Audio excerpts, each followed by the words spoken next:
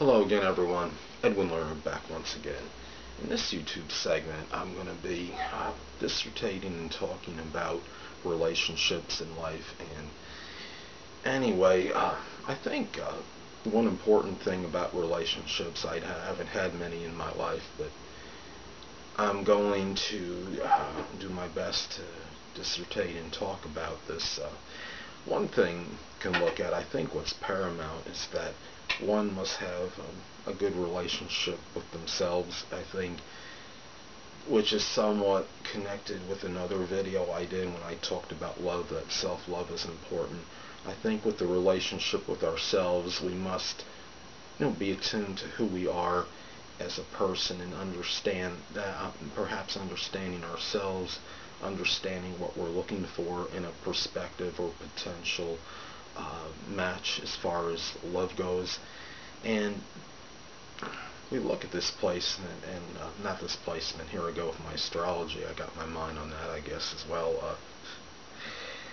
When we look at relationships, I think what's important, one thing that's important to understand is that we know that a lot of relationships obviously don't work out for multiple reasons, and I don't know the exact percentage, I didn't research it, but I'm sure divorce rates have to be at least 50%.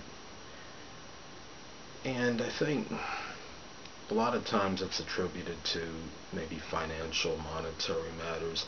Perhaps it's an incompatibility issue.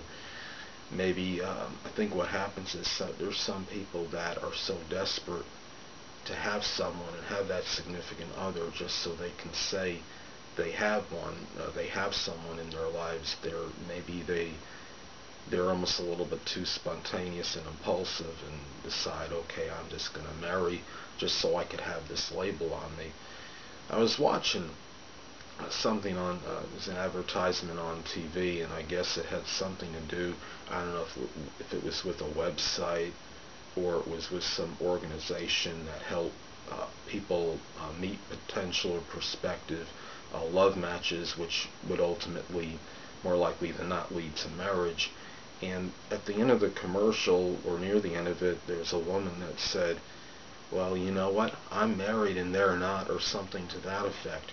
Well, the thing is, it's nice to be able to say that you're married, as long as it's with that significant other that's obviously compatible for you on pretty much virtually every level, whether it's mental, emotional, that physical compatibility, or what have you, and finding that credible person that's gonna be there for you, that's trustworthy. And I think what happens too is, in certain cases, we really, I don't want to accentuate or emphasize online too much, but online researching things such as people can be essential. I think what's important is, if you're meeting somebody, or it's one of your first times, and if you got their first and last name, it wouldn't hurt maybe to go online and see if you can see anything in that person as far as a criminal background goes. You could go online and just type in that person's name, their state, whatever city, and either public records or criminal records, and a lot of places will have that available for free. I'm in Smyrna right now, but Nashville is, I guess you could say, the major city that's in the area. Smyrna is, I kind of look at it as a suburb on the outskirts of Nashville, and you could, a lot of times records, or as far as criminal records, will come up online, and I've looked up people on Nashville. It's like one of those Nashville.gov website or something, and I managed to find some dirt on some people very quickly. And another thing you can do, I think you can do in text. You could do the same thing I was describing, only type in the word in text, then colon, then open quote, and then that person's name, criminal records or public records, and then end quote. And that might even give you a few more, I guess you could say, things that come up in the search results. It's always important to kind of get an idea of that person maybe a little more about him or her before maybe you actually meet them, if it's possible. Now, the only problem is if you're meeting somebody and you don't know their last name, and you made a connection online, then obviously, and that could present difficulties as well. If you don't know their last name, then really, what are you going to do? I mean, that's really that's when things can become difficult, because then you might go through that period of ambivalence. Well, am I going to meet this person or not? And I don't know their full name. What am I going to do? So that's one of those things which I guess could be tricky. So I think the main thing is that when you try to find that person, and even in platonic relationships, I mean, if we have that friend or somebody that poses as a friend, and we find out that it's more to our detriment than it is positive, obviously there's no sense in retaining that quote-unquote friendship if it becomes like a usership, or someone that's just manipulating you for his or her own best interests.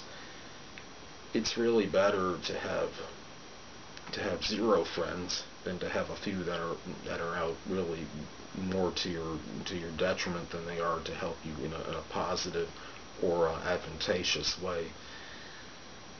I think what I've noticed too is that you look at some situations like with spousal abuse, and I'll see things on TV a lot, and I can't, my mind can't fathom why people, I mean, women obviously are going to be more on the end of the physical abuse than men. I'm not saying, I'm sure there are cases where there are women that will abuse men physically, but not probably quite as much, due to the fact that on the average the man's going to be bigger and stronger than the woman. Just a fact.